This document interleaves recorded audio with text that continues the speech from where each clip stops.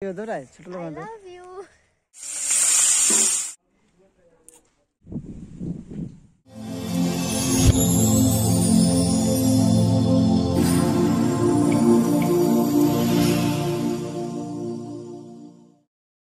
Hello সবাইকে, good morning. So কেমন আছো তোমরা সবাই? আশা করছি সবাই খুব ভালো আছো।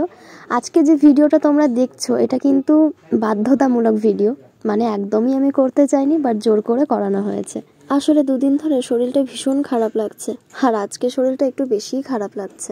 তাই ভাবলাম আজকে আর কোনো রকম ভিডিও দেব না, কিন্তু তোমাদের দাদা ভাই জোর করেই আমাকে সব কিছু করাচ্ছে। আসলে মাছও রাখতাম না, কিন্তু জোর করেই মাছ রাখা করালো। সব কিছুই বলতে গেলে জোর জবরদস্তি করেই করানো হচ্ছে। তো কাজ যখন করছি, তোমাদের দাদা ভাই বলে তাহলে ভিডিওটাই ধরে দিই, সামান্য তো একটু এডিট করে দিয়ে দেবে, কি আছে। যার জন্য ভাবলাম এদিকেও তো তোমাদের সাথেই সব কিছু আমি শেয়ার করি, তো এর মাঝখানে ভিডিওটা নয় করেই দিচ্ছে, তোমাদের সাথেও শেয়ার করে দেবো। সকালবেলা ঘুম থেকে ওঠার পরে অনেকটা বেলা চলে গিয়েছিল, তার উপরে নেই কোনো রকম ঘরে সবজি, কি রান্না করব তাই নিয়েই ভাবছিলাম। তারপর দেখছি মাছ এসেছে। আমি না আবার খুব একটা মাছ টাছ রাখতে পছন্দ করি না, কি বলো তো, কাটার ভয়। তোমরা তো আমার ভিডিও দেখেছোই যে আমি একদম মাছ কাটতে পারি না, মাছ কাটতে গেলেই মনে হয় মাছের অপারেশন করে ফেলি।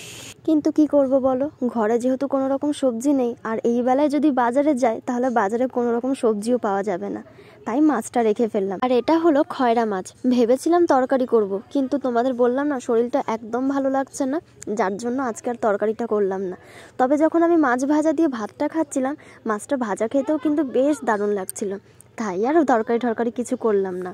খাওয়া দাওয়ার পরেই আমি স্নানটা করে নিলাম। আরে বাপ রে বাপ, বিশ্বাস করো স্নান করে এত ঠান্ডা লাগছিল, মনে হচ্ছিল আমি দার্জিলিংয়ে পৌঁছিয়ে গেছি। মানে আমার এত দিন ধরে যে আমি স্নান করছি, আমার এত ঠান্ডা লাগেনি যতটা না আজকে লাগছে। কি জানি, মানুষের বোধহয় শরীর খারাপ লাগলে ইমিউনিটি পাওয়ারও বোধহয় কমে যায়, তাই না? আমার তো মনে হয় সেটাই হচ্ছিল। তাই স্নান টান সারার পরে একদম রোদ্রে বসে পড়েছি।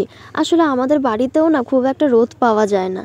আসলে কি বলতো, আমাদের এখানে না প্রত্যেকটা বাড়িতেই গাছপালার পরিমাণটা এতটা বেশি, যার জন্য একদমই রোদ পাওয়া যায় না।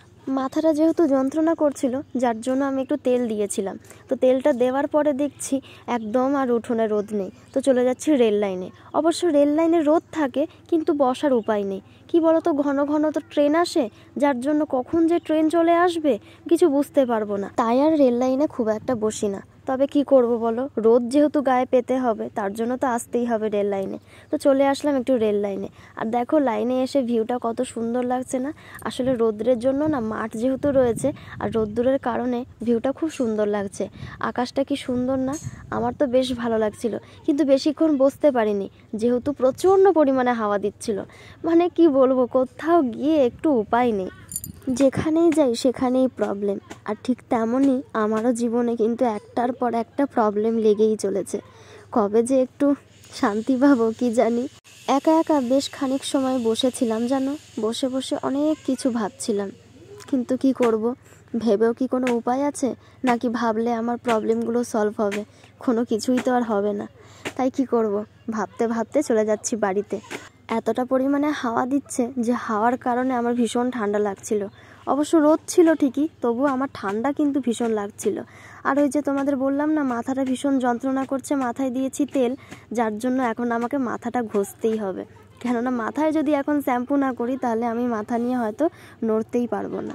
তারপরেই বাড়ি গিয়ে মাথায় শ্যাম্পু করে একদম শাড়ি ঠাড়ি পরে রেডি হয়ে গেছি। শরীরটা যেহেতু ভালো লাগছে না, তাই তোমাদের দাদাভাই বললো চলো একটু ঘুরে আসি, তাহলে হয়তো শরীরটা একটু ভালো লাগবে। তো আমাদের প্ল্যান হলো জালুইডাঙ্গা ঘাটে যাব, কিন্তু প্ল্যানটা পরে কিন্তু একদম নষ্ট হয়ে গেল। কেননা আমার যেহেতু ঠান্ডা লেগেছে আর অনেকটা বেলা হয়ে গিয়েছিল, মানে প্রায় 4:30 বাজবে হয়তো। তো এখন যদি আমরা জালুইডাঙ্গা ঘাটে যাই, আস্তে আস্তে অনেকটা সন্ধে হয়ে যাবে, যেহেতু ঠান্ডা লেগেছে।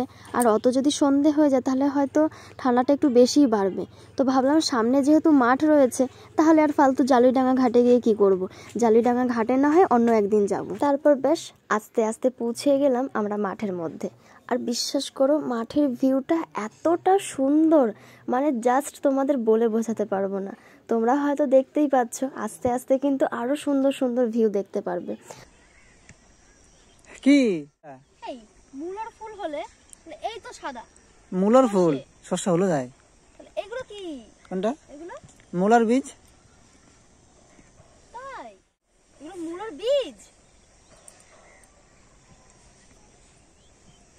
বিশাল ব্যাপার তো। তোমাকে দেখাবো। আমি কি ভাবছি দেখো না, দাঁড়াও, এগুলোকে সরষে ভাবছি এগুলোকে। বেশ। ও ধলু,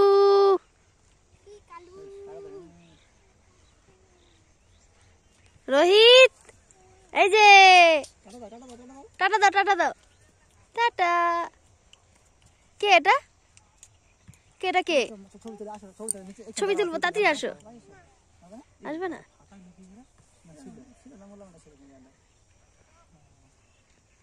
একটু তাকাও। কফি গাছগুলো দেখলাম সেদিন, কত ছোট। ও ধনিয়া গাছ বলেছিলে না? চলো এই যে দেখাই, চলো। একটা জিনিস কি বুঝলাম বলো তো, মানুষের যখন মন খারাপ থাকে না, তখন মানুষের সব কিছুই খারাপ থাকে। মানে শরীর বলো, মন বলো, পরিস্থিতি বলো, সব কিছু কিন্তু খারাপ। কিন্তু মানুষের যখন মন ভালো থাকে, তখন দেখবে সমস্ত কিচ্ছু ভালো থাকে। আর ঠিক সেটাই হয়েছে আমার সাথে। আজকে দেখো, আমার সারাদিন কিন্তু মনটা একদম ভালো ছিল না, তার মধ্যে শরীর।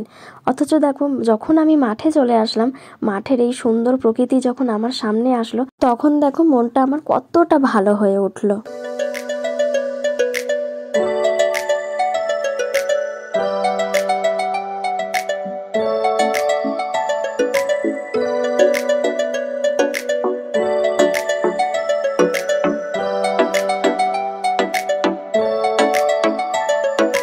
ভাল লাগে হাঁটতে তোর হাত ধরে, ভাবনা তোর আসছে দিন রাত ধরে।